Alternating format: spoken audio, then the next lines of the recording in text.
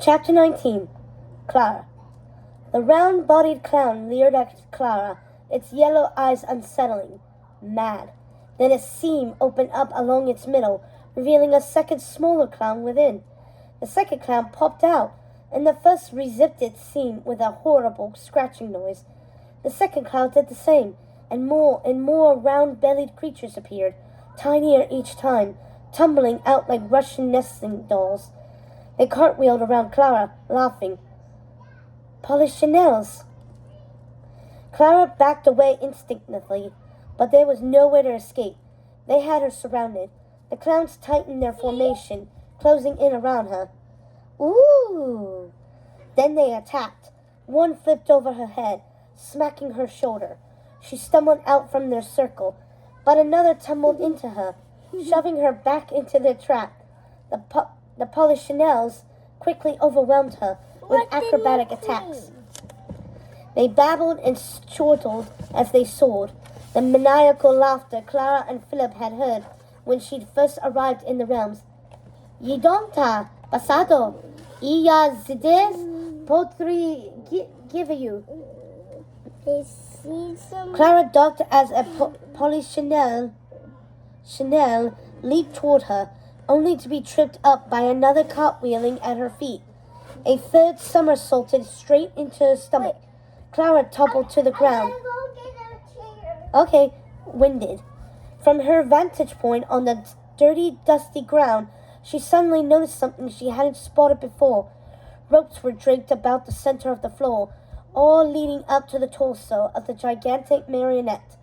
And in the center of Mother Ginger's enormous skirt was a pole with a spiral cut into it, like a screw. A small seat was attached at the base. Someone or something was using those ropes to operate the marionette. You're no monster, Clara exclaimed as the Polichinelles lined up for another attack. Someone's controlling you. Thinking fast, Clara faded left and dodged the flying Polichinelles before diving right and tripping up two more. That bought her just enough time. She hopped onto the seat and pulled a nearby lever. Then she shut her eyes as the seat shot up into the torso of the doll, spiraling the whole way. The seat spun to an abrupt stop, leaving Clara dizzy and nauseated, but she regained her composure quickly, looking around. She was now in the torso of the marionette doll, in what appeared to be a large control room. Levers and knobs were planted about the walls to operate the marionette's movements. And dangling high above the center of the room, attached to a golden string, was the key. Her key. Ooh, very nice. Clara reached for it. Her fingers had almost brushed the edge when a voice rattled her. Hands off, girl! She spun around. Standing behind her was an elderly woman with curly red hair tousled loosely about her face. She wore a burgundy velvet dress hemmed with gold brocade. The woman stared hard at her, not vicious, but imposing, like a figure of great importance. Your Mother Ginger? Clara asked. And you're Queen Marie's daughter, apparently, the old woman replied. Tell me, what business has Queen Marie's daughter got in the fourth realm? Clara squared her shoulders. I've come to get what belongs to me, that key. Without hesitation, Clara reached for the key, but the old woman was fast. She pulled one of the marionette's levers, causing the whole doll to tilt. Clara tumbled backward, hands empty. Mother Ginger clicked her tongue. Now that's not true, is it? If that key belongs to anyone, it's your mother. It opens the trinket box she left to me, Clara declared, after she passed away. A momentary flicker of doubt seemed to cross Mother Ginger's expression. Marie's dead, she asked. Clara nodded. Mother Ginger's eyes drifted away for the briefest moment. I didn't know. As if you care, Clara shot back. You're trying to destroy everything my mother created. A bitter smile curled at the corners of Mother Ginger's lips. Oh, yes. That's what Sweet Sugar Plum has been telling you. I can see for myself, Clara snapped. The fourth realm is destroyed, thanks to you. But you're seeing through sugar-coated eyes, Mother Ginger replied. What if I were to tell you that your mother's key unlocks more things than just a little trinket box? What if I were to tell you what actually happened after your mother left us to rule ourselves? For a moment, Clara hesitated. Then, Sugar Plum's words echoed in her head. Don't let it deceive you now. Why should I believe you? Clara said. You don't have to. Mother Ginger stepped toward her. But why not listen anyway? Another step. Then decide what to do with the key. One step more. Decide how the story ends, Mother Ginger was close enough to touch Clara, but before she could, Clara yanked one of the levers. The entire door tipped, sending Mother Ginger sprawling back upon the control panel. The key swung toward Clara and she grabbed it. No! Clara, wait! Mother Ginger pleaded. Please! But Clara wouldn't listen. She leapt onto the chair and pressed the release button. Whoosh! With a final look into Mother Ginger's piercing eyes, she spiraled down, down, down, all the way to the floor of the enormous marionette. To her surprise and delight, Philip was there, and he had successfully subdued the Polichinelles. Clara! He exclaimed. This way!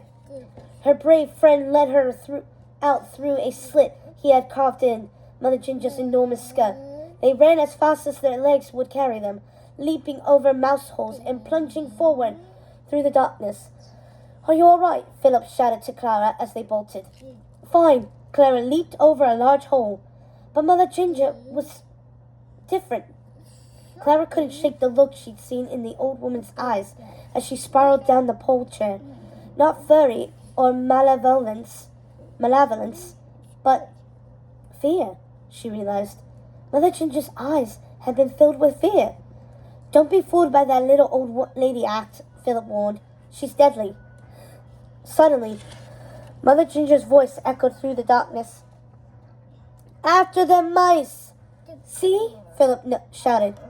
Together, Clara and Philip raced through the forest, crashing through branches and underbrush, Clara clutching the key at all times. Finally, they reached the tree line, busting through to the fog-patched plains, leading back to the bridge. The glory of the other three realms stretched out before them in the distance. Bless you! They had made it. They were out of the fog, out from the fourth realm, and they had the key. Dewdrop suddenly flitted about Philip's shoulder. About time, she exclaimed. Will you have the tea party in there? There's no time for your antics, Philip snapped. We have the key, but Mother Ginger won't be held all for long. What about the other soldiers? Clara asked, worried. We can't just leave them. Dewdrop, you're the navigator. Philip looked to the ferry. Guide them out, and be quick. Mother Ginger's not far behind us. All right, Dewdrop agreed. But keep hold of that key, you hear?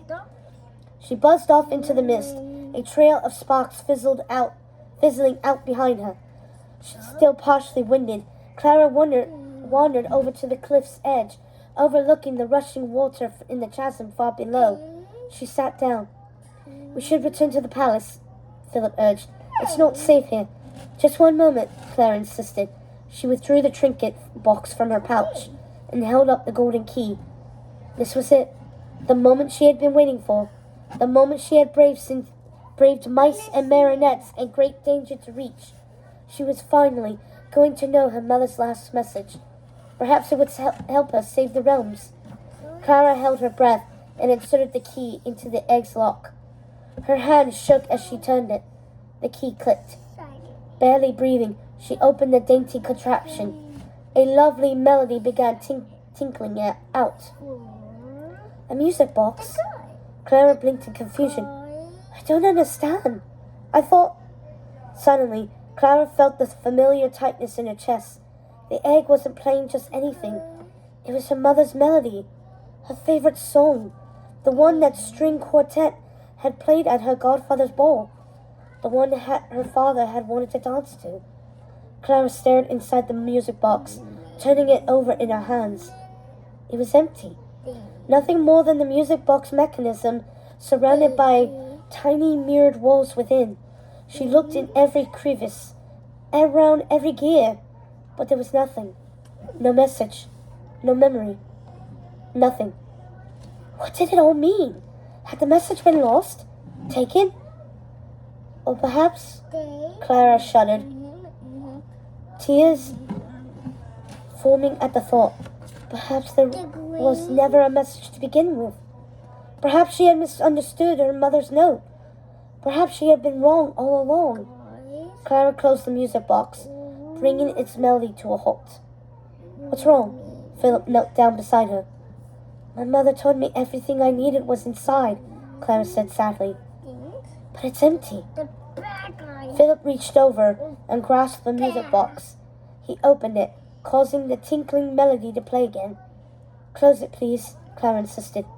Why? Philip asked, confused. It was my mother's favorite tune, Clara said. She looked to Philip. He still seemed confused. It reminds me of her, Clara explained, and how much I miss her. It hurts. Oh, Philip said. I've never had anyone to miss. Clara's shoulders sagged. To have come all this way, to have discovered so much about her mother she hadn't known, only to find there was no message waiting for her at the end after all. I thought there would be something inside, she admitted to Philip. Something beautiful, personal, useful, anything. But I came all this way for nothing. It makes no sense. For nothing? Philip raised an eyebrow. You did what... Good job! I'm so proud of you. And you're doing a beautiful job. You did what no one else here could. You found the key that could save us all. Clara thought about that. Yes, I guess that's true. And at the same time, you've proved that you're fearless, strong, and loyal. Philip picked up Clara's shoulder hat, dusted it off, and handed it to her. There's some sense in that. Clara smiled. Thank you, Philip, she said, grateful. For the most fleeting of moments, no words passed between them, only the rising sun's light filtering between the clouds. Then Philip nudged her. Come on, soldier girl, he said. We have to go save the realms.